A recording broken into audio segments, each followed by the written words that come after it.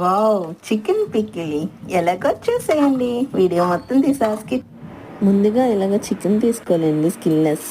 తీసుకొని శుభ్రం చేసుకొని పక్కన పెట్టేసుకొని మరో బ్యాండిల్ పెట్టుకొని అందులో ధనియాలు ఒక 3 స్పూన్స్ దాకా, జీలకర్ర ఒక 2 స్పూన్స్ దాకా, ఆవాలు ఒక 3 స్పూన్ దాకా, మెంతులు 1 స్పూన్ దాకా వేసుకోవాలండి. వాటిని బాగా ద్వారగా వేపేయాలి. ఆ తర్వాత దాల్చిన చెక్క కూడా వేపేసుకోవాలి. వీటన్నిటిని పక్కన పెట్టేసుకొని మిక్సీ పెట్టేసుకోవాలండి చల్లారిన తర్వాత. అలాగే వేరుశనగ నూనె మాత్రమే వేసి ఆయిల్లో డీప్ ఫ్రై చేయాలండి చికెన్ మొత్తం. అలాగైతే కమ్మగా ఉంటుంది అన్నమాట చికెన్ పచ్చడి. అప్పుడు బాగా చిన్న మంట మీద బాగా మగ్గబెడితే వాటర్ అంతా ఎగిరిపోయి ఓన్లీ జస్ట్ ముక్క ఆయిల్ తేలుతూ ఉంటుంది. చూసారు కదా, గోల్డెన్ బ్రౌన్ వచ్చింది. అలా వచ్చిన తర్వాత అల్లం వెల్లుల్లి పేస్ట్ 2 స్పూన్స్ దాకా వేసుకోవాలండి.